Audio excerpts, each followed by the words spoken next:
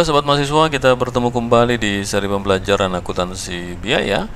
Dan kali ini kita akan membahas chapter 25 yang merupakan pertemuan ke-14 atau pertemuan terakhir dari semester ini. Dan materi yang akan kita bahas adalah tentang profit performance measurements, yaitu ukuran kinerja terkait dengan profit, dan intra-company transfer pricing. Buku yang kita gunakan adalah Cost Counting karya William K. Carter. Kalau Anda perhatikan, chapter ini memang lompat-lompat begitu ya. Yang lalu kita bahas chapter 20, sebenarnya chapter 18 ya. Dan sekarang kita langsung ke chapter 25 karena memang dari keseluruhan buku Cost Counting William Carter itu tidak mungkin dibahas seluruhnya. Mengingat jumlah pertemuan yang diberikan hanya 14 saja, sementara chapter yang ada cukup banyak di sana. Idealnya materi cost counting ini memang dibagi menjadi dua, cost counting 1 dan cost counting 2. Adapun tujuan pembelajaran pada chapter ini, yang pertama adalah menghitung persentase profit to sales, capital employed, turnover rate, dan rate of return on capital employed. Yang kedua, membedakan antara penggunaan rate of return on capital employed untuk mengevaluasi profitabilitas perusahaan dan penggunaan rate of return on capital employed untuk mengevaluasi kinerja para manajer divisi. Yang ketiga, menjelaskan keunggulan dan keterbatasan penggunaan return on capital employed. Yang keempat, memberikan alasan penggunaan residual income sebagai pengukur kinerja. Kelima, penggunaan berbagai alat ukur lainnya. Dan yang keenam, kita akan bahas transfer pricing, yaitu menguraikan 6 alternatif yang ada di dalam transfer pricing dan mengidentifikasi kapan alternatif tersebut digunakan. Mari kita masuk ke materi yang pertama, yaitu rate of return on capital employed. Perusahaan yang semakin berkembang, baik berkembang secara geografi maupun berkembang dalam hal produk, jadi ada ekspansi produk gitu ya, membutuhkan peningkatan dalam pengelolaan usahanya. Ya tentu saja ini harus dilakukan karena semakin berkembang cakupan perusahaan, ruas lingkupnya, maka otomatis pengelolaannya pun harus ditingkatkan. Dalam beberapa kasus, sistem kendali secara terpusat atau biasa disebut dengan sentralisasi yang dilakukan oleh perusahaan yang cakupan usaha semakin luas akan menjadi tidak efisien. Jadi dalam beberapa kasus, kalau perusahaan tetap menggunakan model sentralisasi atau sentralistik, di mana perusahaannya sudah semakin berkembang secara luas, maka dipastikan kinerja perusahaan, performa perusahaan menjadi tidak efisien. Lantas, apa yang harus dilakukan? Ya tentu saja lawan dari sentralisasi adalah desentralisasi. Ketika tekanan persaingan dalam usaha semakin meningkat, maka perusahaan perlu untuk mendesentralisasikan proses-proses pengambilan keputusan dalam rangka untuk meningkatkan efisiensi. Jadi berikan kewenangan, berikan otoritas kepada masing-masing pimpinan di wilayah. Kalau dia sifatnya geografi, misalkan ada beberapa wilayah di seluruh Indonesia, misalkan berikan kewenangan kepada mereka untuk melakukan pengambilan keputusan yang terkait dengan kinerja perusahaan. Contohnya adalah pengambilan keputusan di bidang profit untuk menentukan berapa besar profit yang diberikan di masing-masing wilayah atau divisi. Selain itu, diperlukan pula suatu ukuran yang dapat digunakan untuk mengendalikan kinerja bagi perusahaan yang semakin berkembang luas. Tentu saja, kalau kita gunakan desentralisasi, otomatis mereka yang ada di manajemen pusat harus membuat satu ukuran-ukuran yang tetap bisa mengendalikan kinerja mereka-mereka yang ada di divisi-divisi atau mereka yang ada di wilayah-wilayah. Salah satu ukurannya adalah ukuran kinerjanya adalah rate of return on capital employed, yaitu suatu rasio antara profit dengan modal yang digunakan dalam suatu kegiatan usaha. Jadi capital employed itu adalah modal yang diemployed, yang dipakai, yang digunakan dalam satu kegiatan usaha. Rasio ini digunakan sebagai alat ukur internal perusahaan. Jadi dipakainya hanya untuk mengukur ke dalam kepada para manajer divisi misalkan. Karena modal yang digunakan tersebut pada umumnya dalam bentuk suatu investasi, maka rasio ini dikenal juga dengan istilah return on investment. Nah, istilah return on investment saya kira Anda sudah sangat familiar, termasuk ketika Anda mempelajari mata kuliah lain seperti manajemen keuangan, diajarkan apa itu return on investment. Nah, di akuntansi biaya disebutnya dengan return on capital employed. Rumus untuk menghitung rate of return on capital employed adalah seperti ini. Ya, rumusnya adalah profit per sales dikalikan dengan sales dibagi dengan capital employed, atau sebenarnya adalah profit dibagi dengan capital employed, seperti yang disampaikan di sini, yaitu rasio antara profit dengan modal yang digunakan. Jadi profit dibagi dengan modal yang digunakan, capital employed. Profit dibagi dengan capital employed. Kenapa kita tidak langsung saja hitung profit dan capital employed? Karena kita ingin mengetahui dari masing-masing persentasenya. Jadi di sini kita hitung dari profit sales, ya. Profit sales ini tentu saja kan juga tidak asing ya, buat Anda gitu ya. Jadi yaitu persentase profit dibandingkan dengan sales, atau disebut dengan profit ratio, ya ini sama. Persentase profit dibandingkan dengan sales, dan kemudian kita hitung capital employed turnover rate.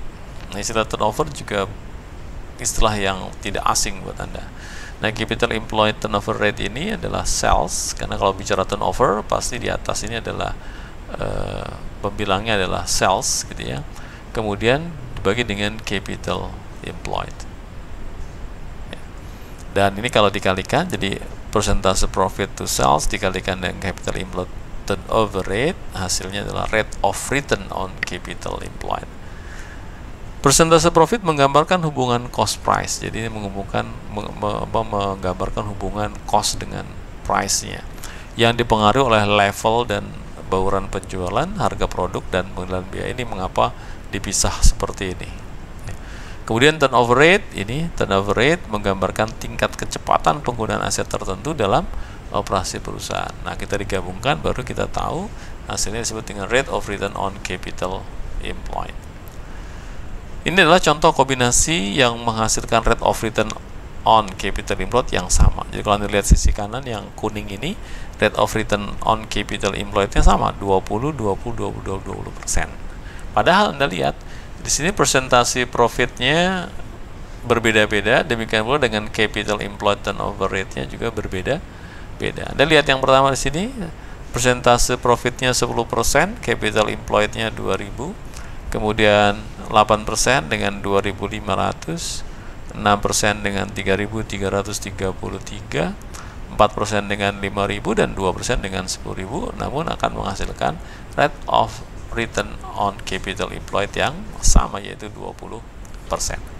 Nah, kalau secara umum Anda ingin lihat keseluruhannya seperti ini. Jadi sini ada cost of goods sold, ya, Anda bisa lihat di income statement, marketing expenses, administrative expenses. Kemudian Anda bisa lihat di neraca, ini hubungan jadi income statement dengan neraca, ada cash, account receivables, note receivables, inventory, prepaid expenses disebut dengan current asset.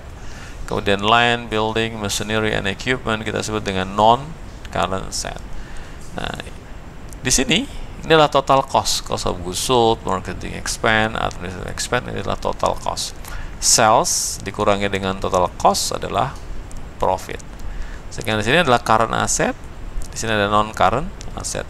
Current asset ditambah dengan non current asset disebut dengan capital employed.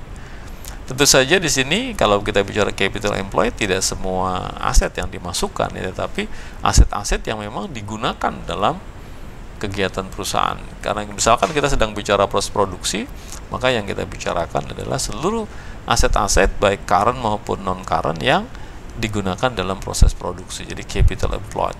Jadi sekali lagi kalau kita bicara capital employed, tidak semua aset dimasukkan dalam perhitungan, tetapi dipilih aset-aset yang memang terkait dengan kegiatan tersebut. Nah, kemudian hasilnya ini yang bawah dulu ya, sales dibagi dengan capital employed adalah capital employed turnover rates, sedangkan profit dibagi sales hasilnya percentage of profit to sales. Dan setelah itu kalau Anda kalikan hasilnya rate of return on capital employed. Jadi ini adalah gambaran yang lebih luas lagi dibandingkan dengan gambar ini Jadi gambar ini yang sangat sederhana, tapi kalau mau diambil secara luas dengan melihat income statement dan neraca atau laporan posisi keuangan, kurang lebih seperti ini ilustrasinya. Bagaimana dengan penggunaan rate of return on capital employed? Rate of return on capital employed dapat digunakan sebagai alat ukur profitabilitas bagi total perusahaan, profitabilitas bagi divisi-divisi yang ada di perusahaan, profitabilitas tiap-tiap pabrik, dan juga bisa profitabilitas untuk tiap produk. Jadi rate of return on capital employed ini bisa dibagi untuk total perusahaan ataupun pecahan-pecahannya seperti ini. Bila analisis keuangan perusahaan secara keseluruhan dibandingkan dengan kinerja industri sejenis merupakan hal penting bagi manajemen eksekutif, ya tentu saja pasti penting, maka nilai real dari rate of return on capital employed berguna dalam rangka pengendalian dan pengukuran profit internal perusahaan. Ini penggunaan dari rate of return on capital employed. Rate ini bukan ditujukan bagi pemegang saham atau investor yang mengukur profitabilitas atau earning power dengan cara menghubungkan profit dengan ekuitas.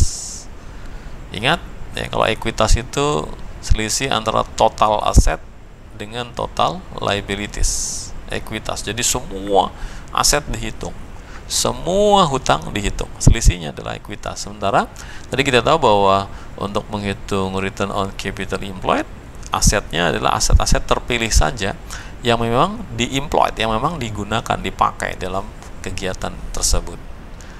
Itu bedanya antara rate of return on capital employed dengan rate of return return on begitu ya, equity. Jadi kalau di sini biasa disebutnya dengan return on equity, ya inilah return on capital employed. Rate of return on capital employed ini merupakan pengukuran kinerja keuangan. Jadi selain mengukur profitabilitas tadi ya, mengukur profitabilitas, juga mengukur profit internal perusahaan, juga mengukur kinerja keuangan dan mengabaikan kinerja non keuangan. Artinya bahwa memang alat ukur ini hanya bisa digunakan untuk mengukur kinerja keuangan. Sementara untuk mengukur kinerja non keuangan tidak bisa digunakan karena memang satuan-satuan yang dipakai adalah satuan-satuan keuangan. Nah, oleh karena itu apabila rate ini akan digunakan atau digunakan ya sebagai alat ukur yang tunggal untuk mengukur kinerja manajemen, maka tentu saja akan dapat memunculkan perilaku yang tidak baik atau dysfunctional behavior dari para manajer tersebut. Artinya manajer-manajer tentu saja tidak bisa menerima apabila alat ukur untuk menilai kinerja mereka hanya menggunakan rate of return on capital employed saja. Mengapa? Karena alat ukur ini hanya bisa mengukur kinerja keuangan, padahal kinerja manajer tersebut ada kinerja keuangan dan ada juga kinerja non keuangan yang tidak bisa diukur dengan satuan uang.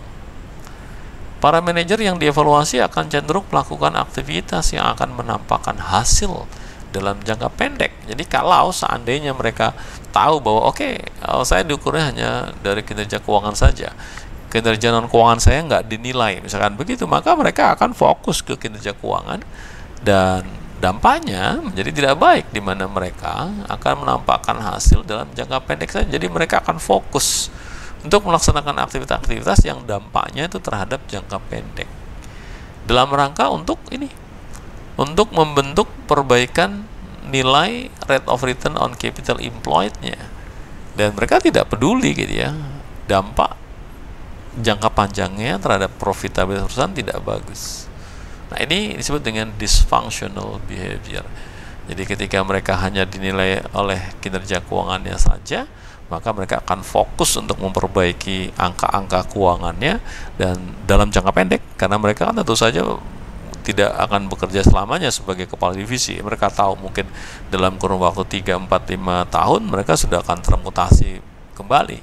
Maka yang dia pikirkan adalah bagaimana selama saya menjabat di posisi itu akan bisa memberikan satu angka yang bagus dari sisi kinerja keuangan, karena rate of return on capital employed ini dipakai sebagai alat ukur tunggal dan dia nggak peduli lagi jangka panjangnya terhadap profitabilitas bau bagus atau tidak bagus, dia nggak peduli. Ini disebut dengan dysfunctional behavior.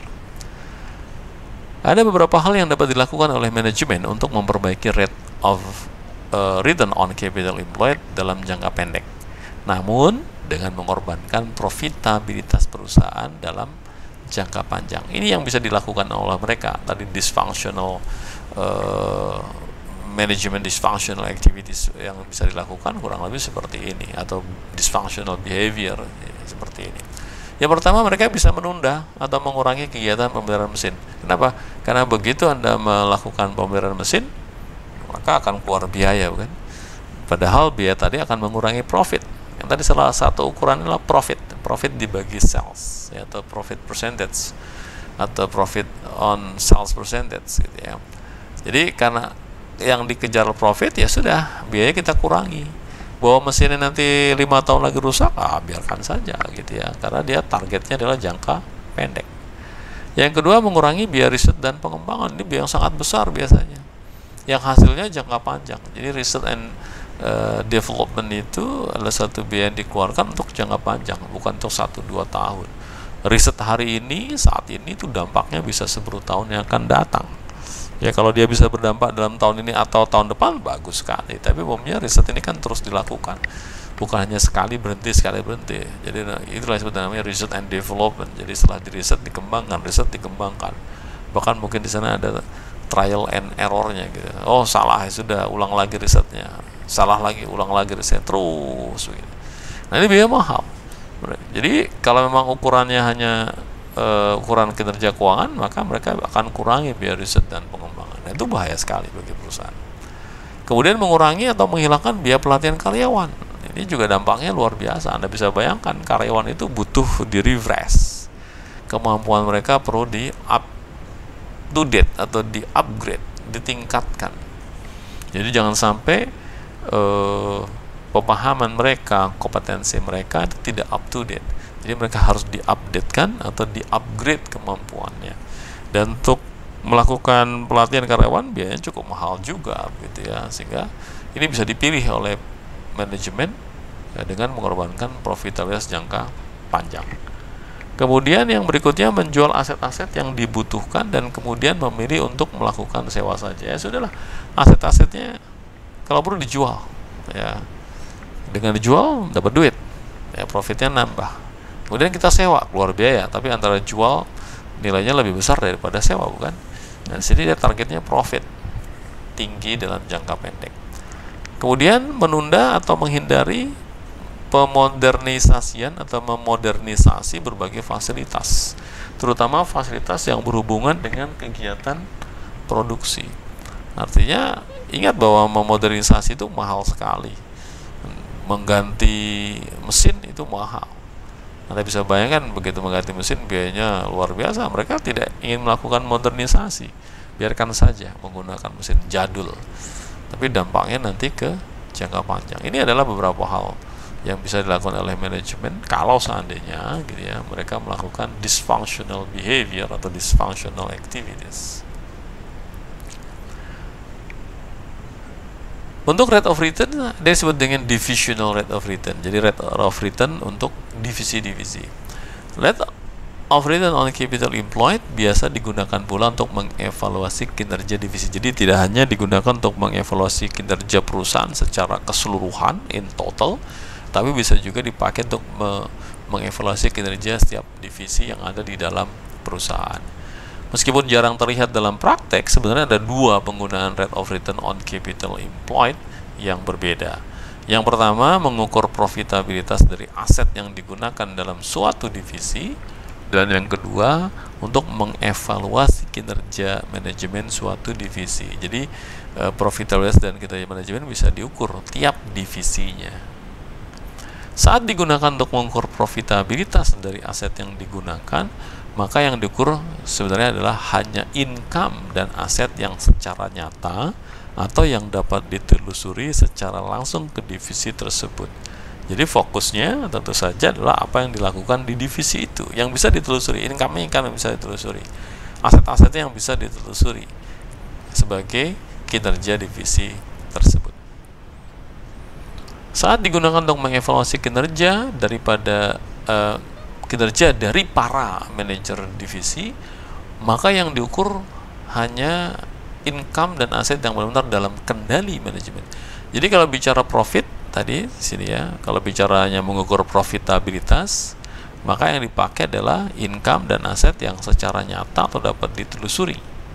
Tapi kalau bicaranya kinerja, mengevaluasi kinerja, maka yang dilakukan adalah income dan aset yang benar-benar dalam kendali mereka, yaitu para manajer divisi.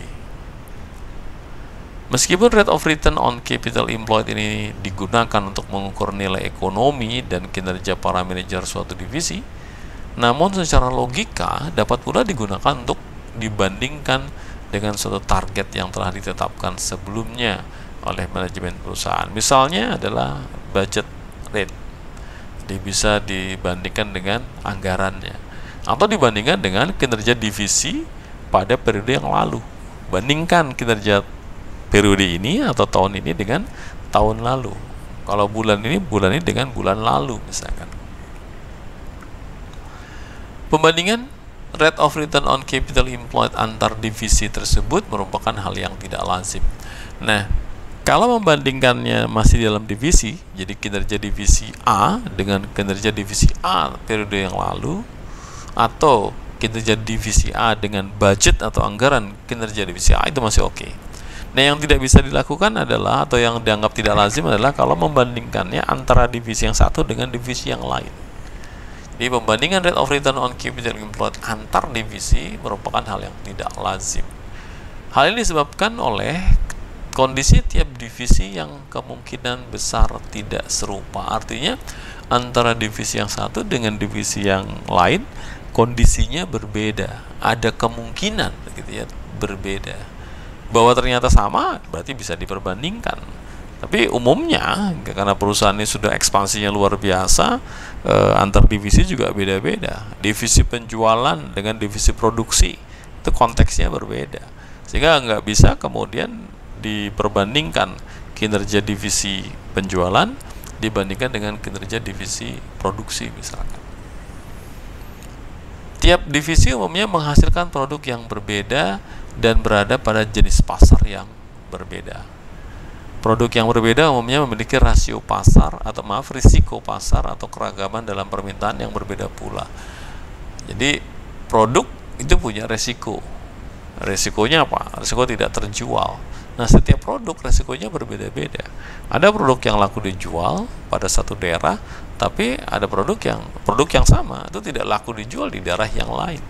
Karena antara daerah yang satu dengan daerah yang lain seleranya berbeda, misalkan. Artinya apa? Resikonya itu berbeda.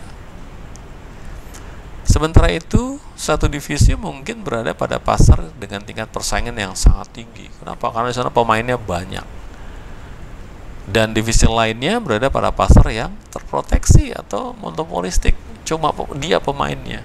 Anda bisa bayangkan kalau misalkan divisi ini bentuknya wilayah. Di wilayah satu, di sana kompetitifnya tinggi, persaingannya sangat ketat, pemainnya banyak sekali. Kemudian di divisi yang kedua, ternyata dia adalah pemain tunggal, sehingga sifat pasarnya monopolistik. Ya tentu saja yang begini tidak bisa dibandingkan. Yang satunya bersaing berdarah-darah, yang satunya duduk manis, barangnya tetap laku terjual karena pasarnya monopolistik. Nah, hal seperti ini yang harus dipertimbangkan oleh perusahaan, oleh manajemen, khususnya manajemen pusat, kalau ingin membandingkan kinerja antar divisi menggunakan rate of return on capital employed. Sebagai alat memotivasi, pengukuran divisi menggunakan rate of return on capital employed ini juga mendapat kritikan. Artinya tentu saja ini bukan segala-galanya gitu ya, karena banyak sekali alat ukur yang bisa dipakai oleh perusahaan, termasuk alat ukur kinerja keuangan ya. Jadi bukan hanya rate of return on capital employed, banyak sekali. Hal ini disebabkan oleh manajemen yang akhirnya lebih mengutamakan untuk memaksimalkan rate of return on capital employed daripada mengejar profit yang nyata. Artinya bahwa kalau seandainya rate of return capital employed ini dijadikan sebagai alat ukur utama untuk mengukur kinerja keuangan perusahaan, maka dampaknya para manajer divisi, kalau kita mau mengevaluasi kinerja divisi, mereka lebih mengutamakan untuk memaksimalkan rate of return on capital employed-nya daripada mengejar profit yang nyata, yang benar-benar bisa mereka lakukan atau absolute profit. Sebagai contoh, ketika sebuah divisi yang selama ini menghasilkan rate of return capital employed sebesar 30%, sedang dihadapkan pada suatu proyek yang hanya memberikan return sebesar 25%. Jadi selama ini rate of return-nya 30, kemudian ada proyek yang ditawarkan kepadanya yang returnnya 25 ini cukup besar sebenarnya, tapi tetap di bawah return rata-rata rate of return capital employed-nya. Maka kalau seperti ini kemungkinan besar manajer divisi akan menolak proyek tersebut. Mengapa? Karena kalau ia terima, kalau proyek yang 25% diterima, dampaknya adalah akan terjadi penurunan rate of return capital employed di periode berikutnya. Anggaplah kalau selama ini rata 30, sekarang 25, berarti kan Anda akan berada di kisaran antara 30 dan 25% atau sekitar 27,5%. Artinya turun dari 30. Ini yang akan ditolak oleh manajer divisi kalau dia fokusnya hanya kepada rate of return capital employed, bukan kepada profit absolute atau profit nyata. Ini bukan profit yang sudah jelas-jelas nyata, ya, karena keuntungannya cukup besar, 25%. Namun demikian, apabila dengan menerima proyek tersebut dapat meningkatkan penggunaan sumber daya atau resources yang ada pada divisi yang bersangkutan, maka dari sudut pandang perusahaan secara keseluruhan, meskipun proyek memberikan return yang lebih rendah dibandingkan dengan rate of return on capital employed tadi, bagi satu divisi atau bagi perusahaan, sebaiknya proyek itu masih bisa diterima karena ini adalah absolute profit. Nah, untuk mengatasi kondisi ini, perusahaan dapat menggunakan alat ukur yang lain. Selain rate of return on capital employed, Anda bisa gunakan juga residual income sebagai alat ukur, yaitu income divisi dikurangi dengan cost of capital employed divisi tersebut. Berapa income yang diperoleh selama ini dikurangi dengan cost of capital employed-nya, itulah residual income. Nah, residual income ini menggunakan pendekatan nilai dolar atau rupiah dari marginal profit yang berada di atas nilai dolar atau rupiah cost of capital-nya. Marginal profit itu atau marginal income, yang kalau di chapter yang lalu disebutkan dengan marginal contributions. Ya, hanya kalau marginal contribution, biaya yang dihitung adalah biaya yang variabel saja. Sementara di sini semua biaya diperhitungkan. Residual income merupakan pendamping dari penghitungan return on capital employed. Jadi dia adalah tambahan alat ukur gitu ya terhadap return on capital employed, dan untuk menghitung profitabilitas dalam bentuk dolar atau rupiah. Jadi bukan dalam bentuk persentase. Nah, konsepnya dapat dianalogikan seperti penggunaan net present value. Nah, kalau Anda yang sudah belajar di manajemen keuangan, Anda kenal baik istilah ini, net present value. Ini adalah bagian dari penghitungan atau pengambilan keputusan investasi, ya, di mana net present value ini sebenarnya adalah sekedar mengulas sedikit saja, yaitu selisih antara future cash inflow dengan future cash outflow-nya. Jadi berapa present value cash inflow, berapa present value dari future cash outflow. Selisihnya disebut dengan net present value, yang diperoleh dari hasil pendiskontuan arus kas masa datang. Yaitu apabila residual income-nya positif, maka hal ini mengindikasikan nilai earning-nya lebih dari nilai return yang diinginkan. Ingat bahwa kalau di manajemen keuangan, net present value itu, jadi kalau ada satu proyek, kita mendapat tawaran proyek dan kemudian proyek itu kita hitung, apabila net present value-nya positif, proyek diterima. Kalau net present value-nya negatif, maka proyek ditolak. Kurang lebih itu analoginya. Jadi kalau residual income-nya positif, nah proyek ini masih layak dilaksanakan. Nah, sebaliknya bila bernilai negatif, maka hal ini mengindikasikan bahwa earnings-nya kurang dari nilai return yang diinginkan, sehingga tawaran proyek itu bisa kita abaikan. Menggunakan rate of return on capital employed memiliki beberapa keunggulan. Jadi keunggulan-keunggulan dalam penggunaan rate return on capital employed. Yang pertama, keunggulannya adalah berfokus pada atensi manajemen dalam menghasilkan profit terbaik dengan menggunakan total aset yang ada. Jadi dari total aset yang ada, ingat untuk capital return atau return on capital employed ini tidak semua aset ya dimasukkan dalam penghitungan, tapi aset-aset yang memang benar-benar dimanfaatkan sehingga hasilnya akan mendapatkan profit terbaik. Yang kedua, terikat bersama-sama dengan berbagai fase dalam perencanaan keuangan, dalam target penjualan, dalam pengendalian biaya maupun dalam target profit. Artinya penggunaan rate of return on capital employed ini juga sudah memperhitungkan apa-apa yang dilakukan oleh teman-teman kita di perencanaan keuangan, mereka yang melakukan target-target penjualan, mereka yang melakukan pengendalian biaya, dan juga mereka yang menyusun target profit. Yang ketiga, membantu manajemen untuk mendeteksi kekuatan dan kelemahan dari digunakan atau tidak digunakannya aset-aset individual. Jadi dari sana ketahuan, oh karena ingat yang dihitung adalah yang digunakan, maka aset yang digunakan tuh nilainya sekian. Dan berarti ada aset yang tidak digunakan, nilainya seperti apa. Nah, ini yang disebut dengan membantu mendeteksi kekuatan dan kelemahan dari digunakan atau tidak digunakannya aset-aset individual. Yang keempat, berfungsi sebagai alat ukur untuk menilai kinerja dan sebagai basis dalam pengevaluasian perbaikan dan pengevaluasian di antara divisi yang ada. Ini yang tadi kita bahas ya, sebagai alat ukur kinerja. Yang kelima, mempertajam rasa tanggung jawab dan semangat kerja tim dari para manajer divisi dengan membolehkan mereka menilai dan mengevaluasi aktivitas mereka sendiri atau kita sebut tadi desentralisasi sesuai dengan anggaran yang sudah ditetapkan, dan hasil yang dicapai tadi dilaporkan kepada manajer pusat ya. Jadi hasil-hasil dicapai oleh para manajer divisi tadi dilaporkan ke manajer pusat. Return on capital employed harus digunakan dengan memperhatikan keterbatasan yang ada. Jadi juga ada keterbatasan ya return on capital employed, diantaranya sangat tidak masuk akal untuk mengharapkan return on capital employed yang sama besar dari setiap divisi. Ini tadi juga sudah kita ulas. Kenapa? Karena setiap divisi itu memiliki kondisi yang tidak sama.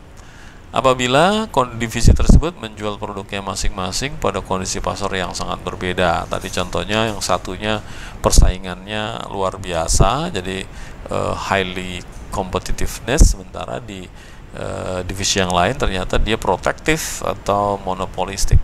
Sehubungan dengan pengembangan produk, persaingan, kurva permintaan konsumen juga berbeda. Yang tadi saya katakan di satu tempat produk ini laku keras karena masyarakatnya suka dengan produk tersebut, tapi di daerah lain ternyata masyarakat tidak menyukai produk tersebut gitu. Jadi kurva permintaannya tidak sama. Nah, ini juga menjadi pertimbangan ya, sehingga dimasukkan ke dalam satu keterbatasan bahwa tidak bisa kemudian return on capital employed ini dipakai untuk mengukur antar divisi. Kemudian yang kedua, penilaian aset yang berbeda usia di berbagai divisi berbeda di berbagai divisi berbeda dapat menimbulkan kesulitan dalam pembandingan dan dapat menimbulkan kesalahpahaman. Nah, Anda bayangkan gitu ya, sudah pasarnya berbeda, kurva permintaan konsumennya berbeda, kemudian tingkat persaingannya juga berbeda.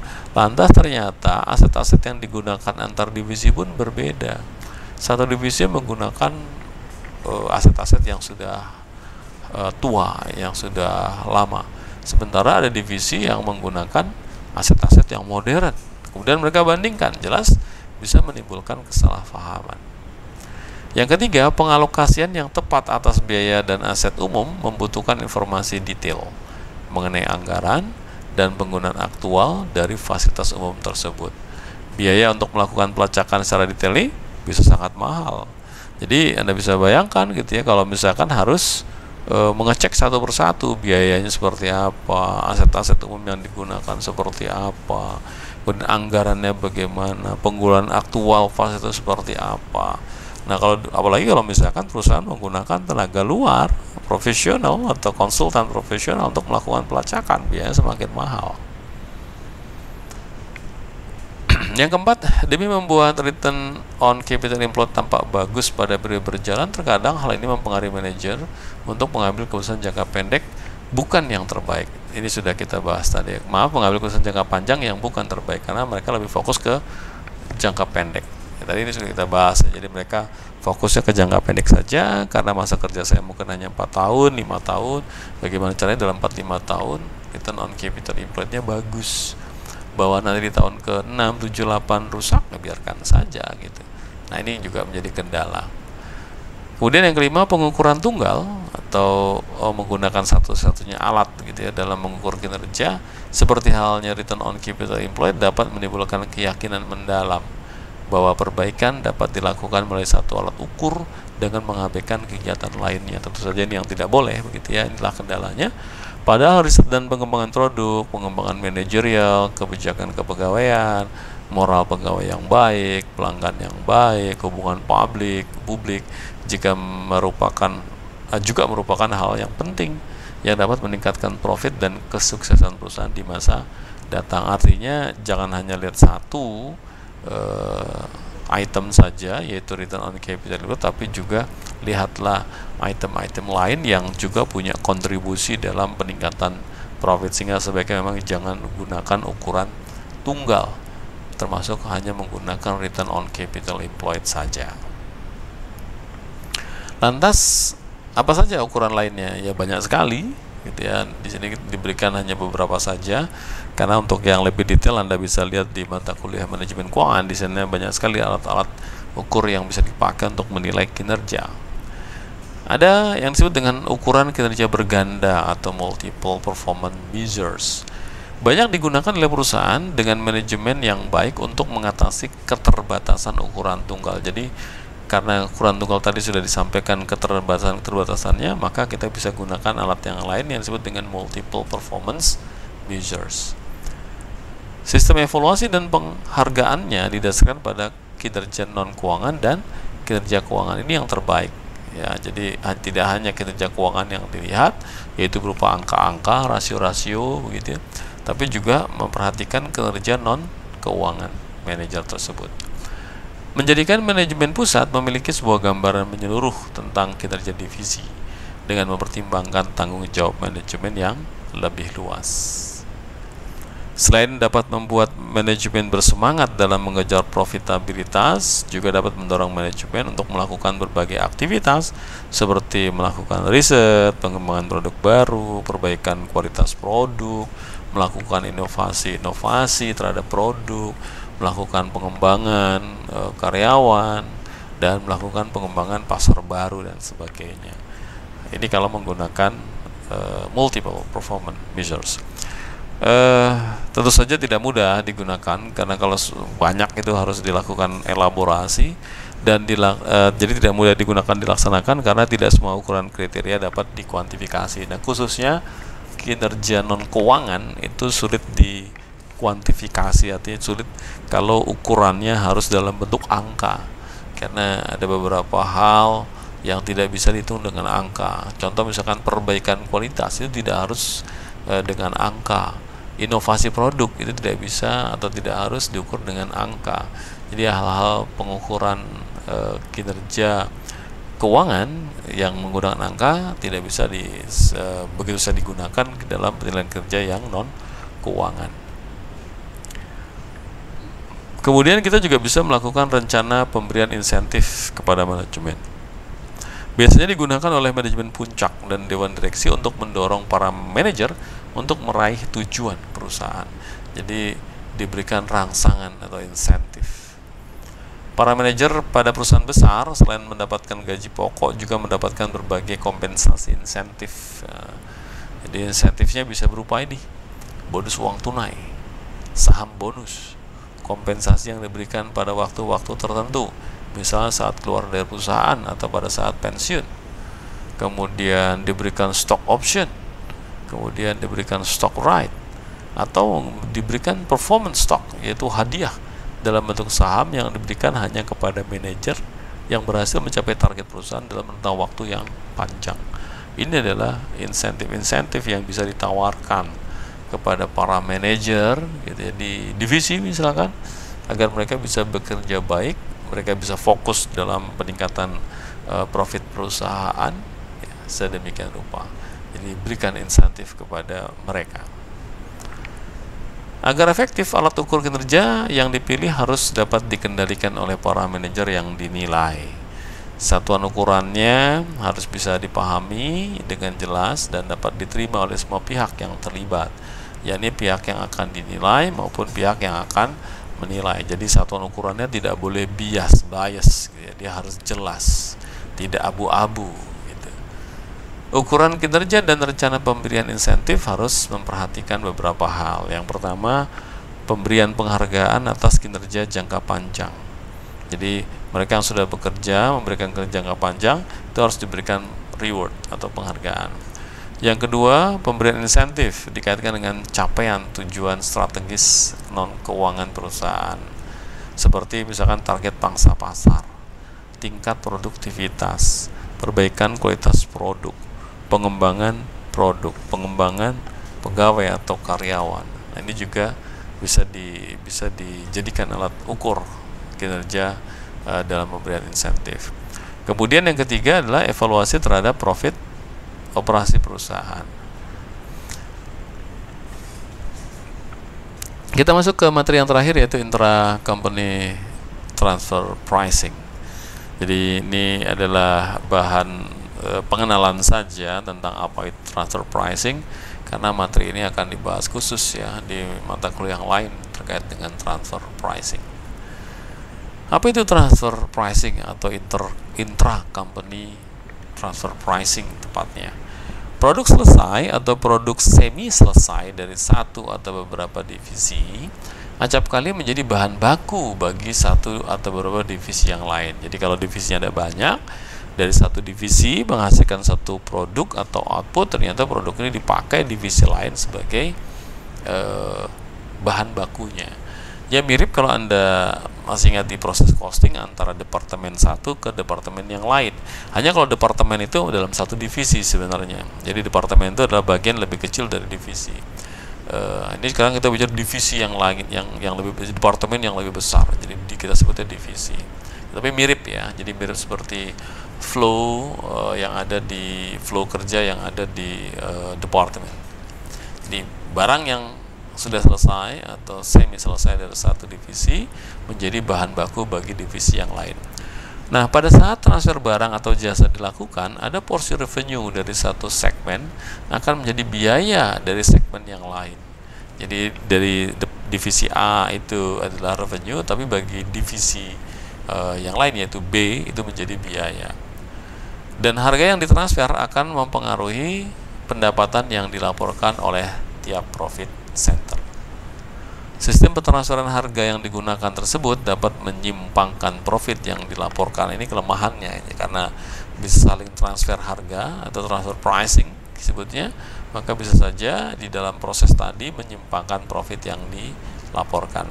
Dampaknya profit menjadi sebuah pedoman yang kurang tepat apabila digunakan sebagai acuan kinerja divisi karena profit tadi disimpangkan.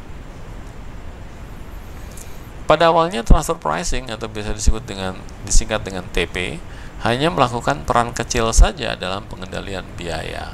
Namun saat ini banyak perusahaan menjelma menjadi perusahaan besar sebagai akibat melakukan merger, melakukan akuisisi, atau adanya pertumbuhan internal perusahaan yang mengakibatkan dilakukannya sistem desentralisasi seperti yang sudah diungkapkan di awal untuk mengimbangi kompleksitas dan keragaman aktivitas bisnis mereka. Nah, ada 5 metode dasar yang dipakai di dalam intra-company transfer pricing. Yang pertama adalah transfer pricing berbasis biaya atau transfer pricing based on cost. Yang kedua ada transfer pricing berbasis pasar atau market based transfer pricing. Yang ketiga adalah transfer pricing berbasis biaya plus atau cost plus transfer pricing. Yang keempat adalah transfer pricing berbasis negosiasi atau negotiated transfer pricing. Dan yang kelima adalah transfer pricing berbasis ketetapan atau arbitrary transfer pricing. Yang pertama kita bahas satu persatu, yaitu transfer pricing based on cost. Digunakan oleh perusahaan yang tersentralisasi. Kemudian keunggulan utama dari TP ini jenis TP ini adalah sederhana. Jadi dia tidak rumit gitu ya, simple.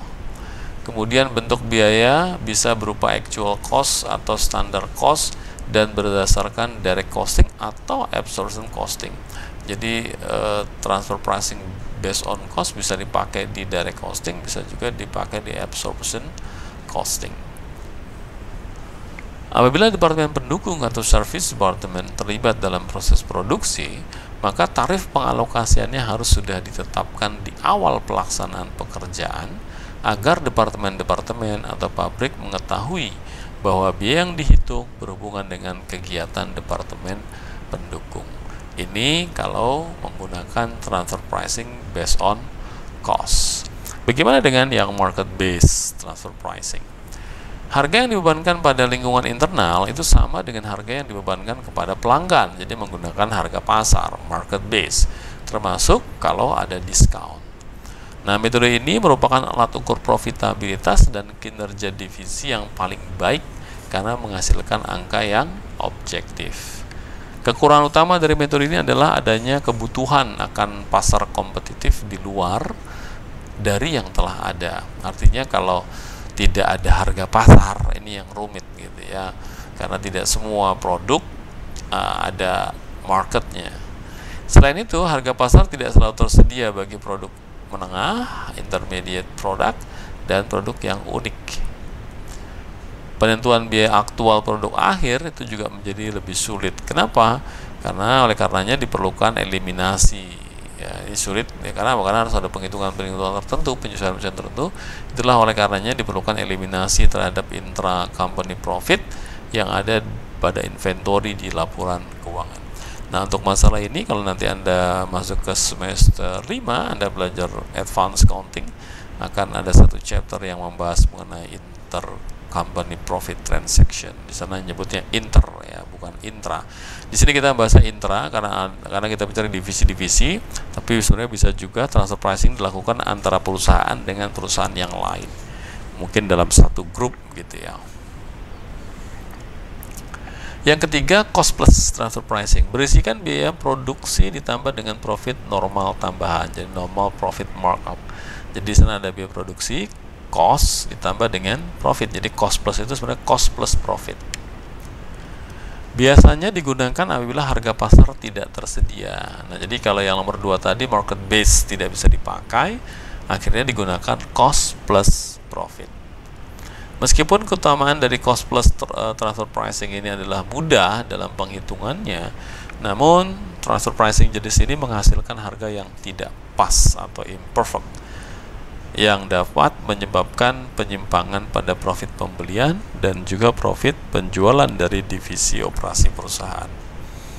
Dan kemudian cost plus transfer pricing ini menjadikan divisi yang menjual barang tidak memiliki dorongan untuk menjadi efisien. Kenapa? Karena yang menjual itu akan penghitungan cost-nya itu nanti akan lebih besar lagi di divisi yang membeli, kemudian menjual lagi ke divisi yang lainnya dan seterusnya.